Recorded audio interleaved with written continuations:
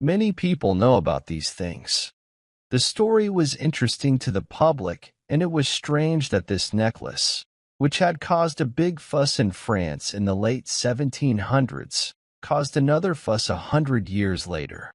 But what I'm going to tell you is only known by the people directly involved and a few others who promised to keep it secret. Since it's likely that someday someone will break that promise, I have no problem revealing the secret and explaining the letter that was in the newspapers 2 days ago. It was an unusual letter that made this mysterious drama even more confusing. 5 days ago, some people were having dinner with Count de Drusubis.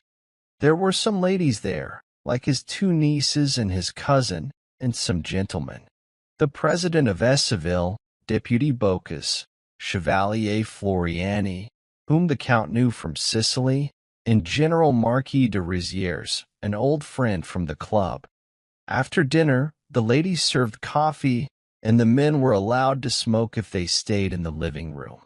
They started talking about famous crimes, and that's when Marquis de Rizières, who liked to tease the Count, mentioned the Queen's necklace case, which the Count didn't like at all. Everyone shared their opinions about the case, but they were all different and sometimes impossible. "What about you, sir?" the Countess asked Chevalier Floriani. "What do you think?" "Oh, I, don't really have an opinion, ma'am," the Chevalier replied.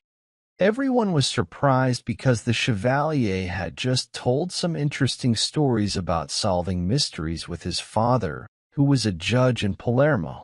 They thought he would have an opinion.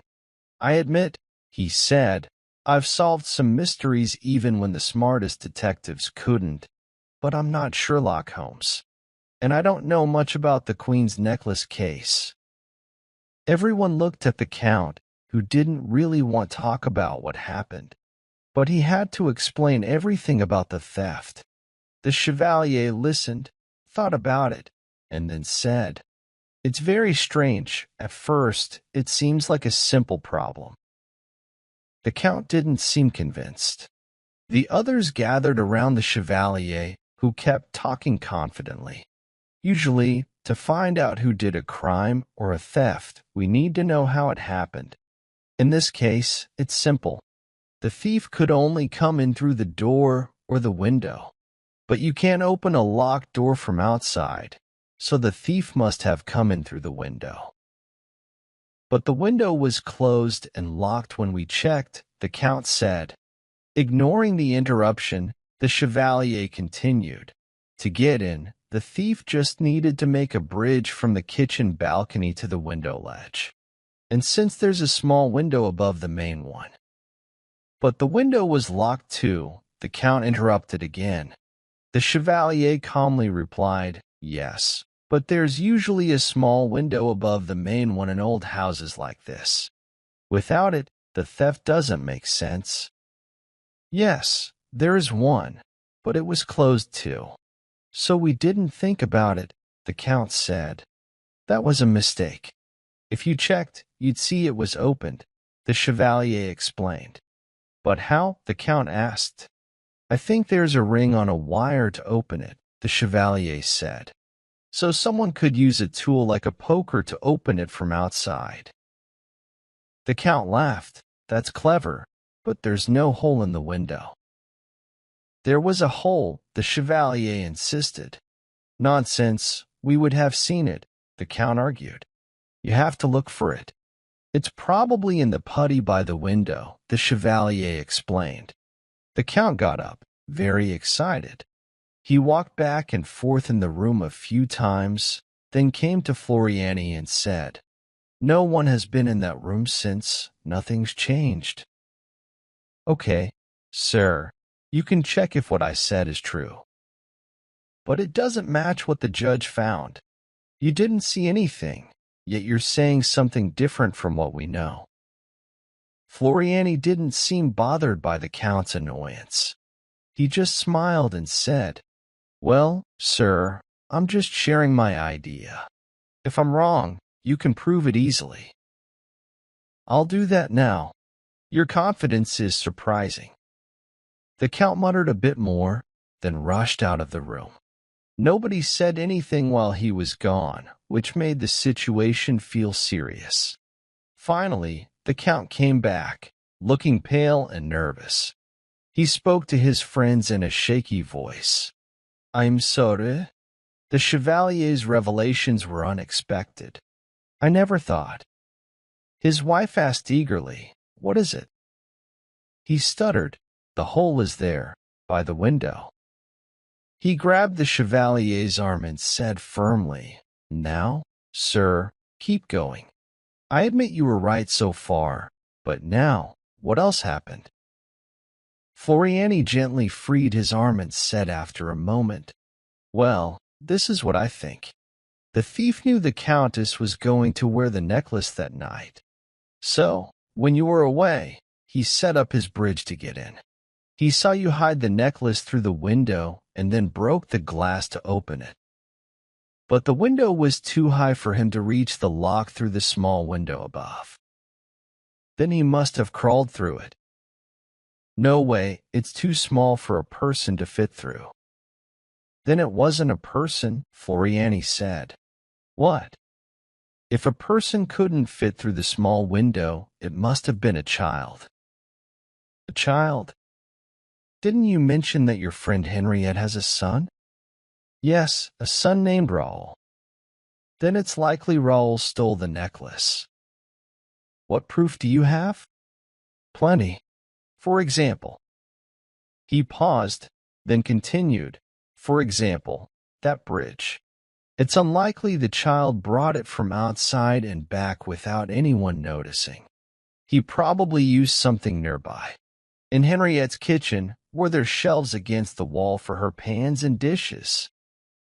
"Yes, 2 shelves, I think." "Are you sure they're securely attached to the brackets? If not, the child could have taken them down and made the bridge. And maybe the bent poker used to open the window was from the stove."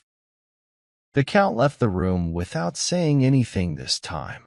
The others weren't as anxious as before. They believed Floriani was right. When the Count returned, he said, "It was the child. Everything points to it." "Did you see the shelves and poker?" "Yes. The shelves were removed, and the poker is still there." "But the Countess said it must have been his mother. Henriette is guilty. She must have made her son." "No," Floriani interrupted, "the mother wasn't involved." "Nonsense. They shared the same room.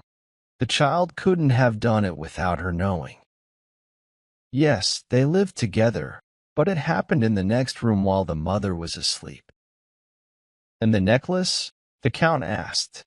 "It would have been found with the child's things." "No, he had been at school. When you found him reading that morning, he had just come from school. Instead of focusing on the innocent mother, the police should have searched the child's desk." "But what about the money Henriette got each year? Doesn't that prove her involvement?" "If she was involved, would she have accepted the money? And she was closely watched. But the child could have easily gone to a nearby city, sold 1 or 2 diamonds, and asked for the money to be sent from Paris. He could do this every year."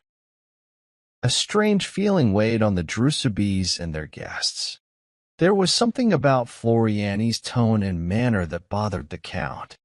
There was a hint of sarcasm that felt unfriendly. But the Count pretended to laugh it off, saying, "Your ideas are very creative and interesting. I admire your imagination." "No, I'm not imagining. I'm just describing what likely happened." "But how do you know all this?" "From what you told me. I imagine the life of the mother and child in the countryside, her sickness, his efforts to sell the jewels to save her. She dies, and years later, he returns home to face accusations against his mother." His words hung in the silence. The Count and Countess tried to understand, but they were scared of what they might realize. Finally, the Count asked, "Who are you?" sir. I'm Chevalier Floriani, whom you met in Palermo and invited to your house. What does all this mean? It's just a story. I'm imagining how Henriette's son might feel if he confessed to the theft to ease his mother's pain. He spoke with emotion, leaning towards the Countess. It was clear he was Henriette's son. He wanted them to recognize him. The Count didn't know how to react. Should he call for help? Expose the man who had once robbed him? But that was long ago. And who would believe this strange story about the guilty child?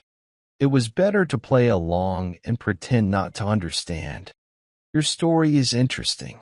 But what happened to this young man, this model's son? I'm sure he's doing fine. To steal the Queen's necklace at 6 years old. What a feat. And he did it effortlessly. He just had to reach out his hand. Both hands, Floriani added, laughing. His companions were shocked. What secrets did Floriani hide? His life must have been extraordinary, starting as a thief at 6 and now, bravely confronting his victim with all the grace of a polite guest. He stood up to say goodbye to the Countess, who instinctively moved away. He smiled, saying, "You're afraid of me? Maybe I took my role as a storyteller too seriously." She stayed calm and replied politely, "No, sir. The story of that loyal son fascinated me, and I'm glad to hear that my necklace had such an interesting history. But don't you think that Henriette's son was influenced by his family history in choosing his path?" He shuddered, understanding her point, and said, "I'm sure. His tendency towards crime must have been strong, or he would have given up." Why? Because most of the diamonds were fake. Only a few were real, bought from an English jeweler. The others were sold to survive. It was still the Queen's necklace, the Countess said proudly. Something he, Henriette's son, couldn't understand. He knew that, real or fake, the necklace was just a symbol of pride and vanity. The Count made a threatening gesture, but his wife stopped him. "Monsieur," she said, "if this man has any honor." She paused, intimidated by Floriani's calm demeanor. "If he has any honor," he repeated. She realized she wouldn't get anywhere speaking to him like this. Despite her anger and hurt pride, she said almost politely, "Monsieur, legend says that Rideau de Valette, when he had the Queen's necklace, didn't damage the setting. He understood that the diamonds were just decorations, and he respected the craftsmanship. Do you think this man did the same?" "I believe the setting still exists." The child respected it. "Well, if you see him, tell him he's holding on to something that belongs to the Drusubis family, even without the diamonds. The Queen's necklace is ours by right." "I'll tell him, madam." He bowed, said goodbye to the Count and guests, and left.